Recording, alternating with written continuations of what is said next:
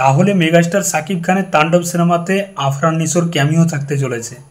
দেখো, যখন তাণ্ডব সিনেমার অ্যানাউন্সমেন্ট হয় তখন থেকে কিন্তু একটা রিউমার আপডেট বলতে পারো উঠে আসছিল যে আফরান নিশোর ক্যামিও থাকতে চলেছে তাণ্ডব সিনেমাতে। তারপর থেকে হ্যাঁ না হতে হতে ফাইনালি কনফার্ম হলো যে আফরান নিশোর ক্যামিও থাকছে তাণ্ডব সিনেমাতে। এবং একটা বড় আপডেট উঠে আসছে, মেগাস্টার সাকিব খানের তাণ্ডব সিনেমাটা যে ডিরেক্ট করছে রায় রাফি সাকিব খানকে না বলে আফরান নিশোর একটা ক্যামিও শুটিং করতে যাচ্ছিল। যখন এটা মেগাস্টার সাকিব খান জানতে পারে তখন সে শুটিং বন্ধ করে দেয়। এবং এটা কিন্তু একদমই খারাপ কাজ হয়েছে ডিরেক্টর রায় রাফির। একজন এত বড় সুপারস্টার মেগাস্টারকে না জানিয়ে তার সিনেমাতে ক্যামিও করে দিচ্ছে অন্য একজন হিরোর। আরে তাকে তো জানাতে হবে বস, সে সেটাতে মঞ্জুর আছে কি না।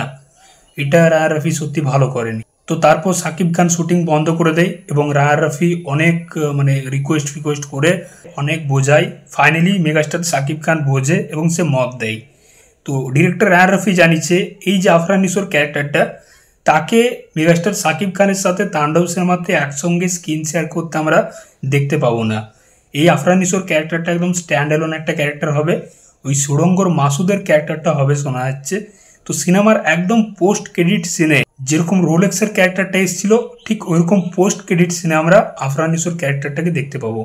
তো যারা এই তাণ্ডব সিনেমাটা সিনেমা হলে দেখতে যাবে তারা যদি সিট ছেড়ে উঠে যাও তাহলে আফরান নিশোকে দেখতে পাবে না তাণ্ডব সিনেমাতে। একদম লাস্টে পোস্ট ক্রেডিট সিনে থাকবে আফরান নিশোর ক্যারেক্টারটা, সেরকমটাই শোনা যাচ্ছে।